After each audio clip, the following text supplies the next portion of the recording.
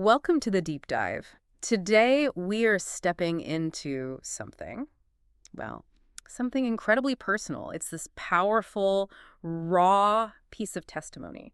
It's more than that. It feels like a philosophical warning, almost a scream hmm from someone who seems to be trapped in this just devastating cycle of desire. Exactly. It's an unflinching account of, internal conflict, the pull of temptation, and Yeah. the really painful fallout from surrendering to it.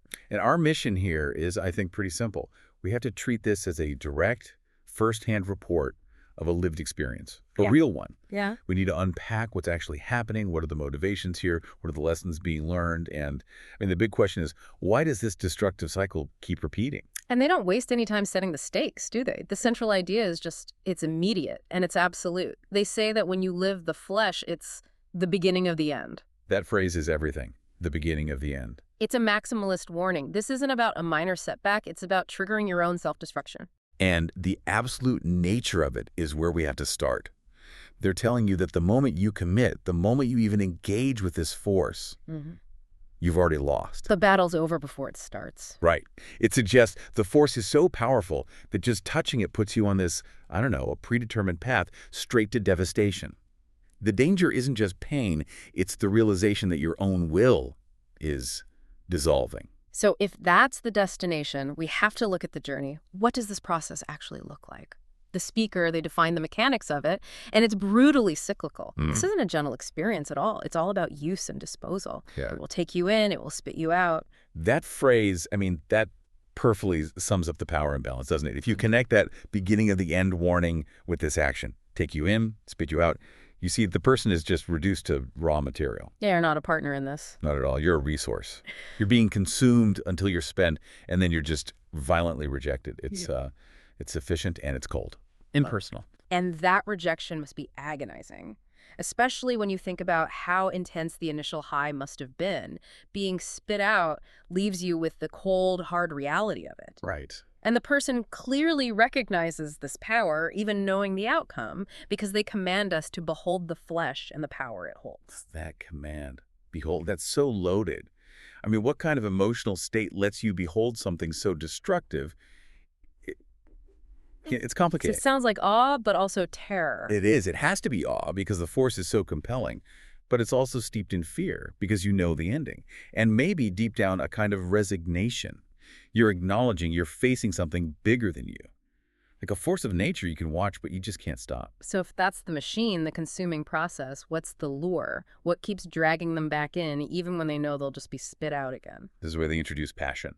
Right, and passion isn't just presented as this purely destructive thing, it's deceptive. They call it a poison laced with pleasure, bittersweet. That is the perfect analogy for a trap, isn't it? If it was pure poison, nobody would drink it. Yeah. The pleasure is the lacing. It has to be immediate. It has to be potent. It's the sugar that helps the medicine go down, except it's poison. Exactly.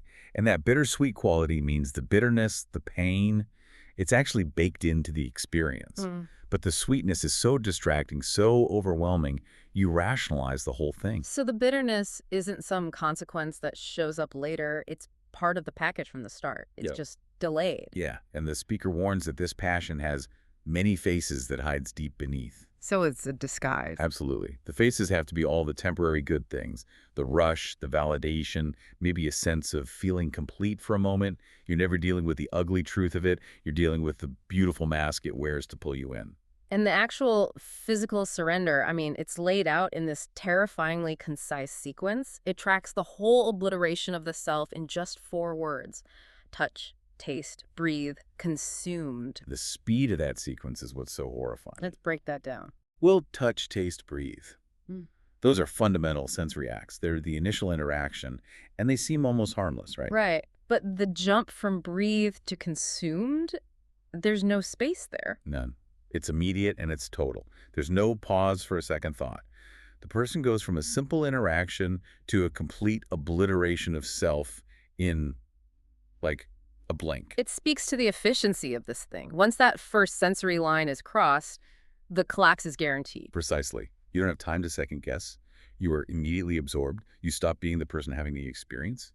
You become the experience. You're the fuel. And that brings us to what I think is the most heartbreaking part of this entire account. It's the realization that this is a tragic loop. The speaker admits the pain wasn't a surprise. Yeah. Deja vu already knew from the first encounter. It suggests this terrible pattern, a repeated mistake that was obvious from the very beginning, and yet they still couldn't turn away. This is the core tragedy, isn't it? No. The cycle continues even when you know. If they already knew the outcome, knew that bitter part was coming, Yeah. then why do it again? It suggests the pull of the flesh, that magnetic force. It just overrides everything, your conscious mind, your rational thought, even the memory of past agony. It's the mind knowing better, but the body, the self, still walking toward the fire. The intellect is just defeated by this purely visceral need. So if knowledge fails, if rational thought is useless, what's the speaker's solution? Where do they turn? To silence. Yeah, but now I know to let go of words, to speak no more. Why is going silent the ultimate realization here? What's the failure of language that led to this? Because you can't reason with it. Yeah. Language fails because this whole experience isn't intellectual, it's visceral. It's in your bones. Yeah. Trying to debate a hurricane is pointless. Right. You can't talk it down. Any attempt to describe it or articulate it might even give it more power. You might romanticize it or try to rationalize it. The speaker seems to realize this thing is like a raw element. They connect that feeling to that analogy. The experience is that's- like a wind upon your face. You can't see it, but you know it's there. And that's perfect. That analogy just completely underscores why silence is the answer. You don't shout at the wind. You just feel its presence and adjust your stance. It's this unseen, undeniable power. So they move from trying to fight it with words to just knowing it silently. Exactly. And that acceptance leads to the most urgent part of their warning for us, for you, the listener. When beauty shows its ugly face, just be prepared. Oof. That suggests the most dangerous moment isn't the initial surrender when everything feels sweet.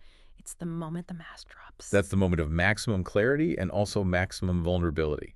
The beautiful disguise is gone, and you're just left staring at this raw, ugly, destructive thing. Yeah. And preparation, at that point, is the only defense you have left. You're just bracing for the impact of being spit out. Recognizing that when the pleasure is gone, the pain is all that's left, and you just have to survive the wreckage. And moving into that aftermath, the intensity just keeps going. The passion burns like fire carried by the wind. And that imagery, it emphasizes how uncontrollable this is. It's not a contained little flame. It's a wildfire sweeping through your life, carried by some external, unseen force, the wind.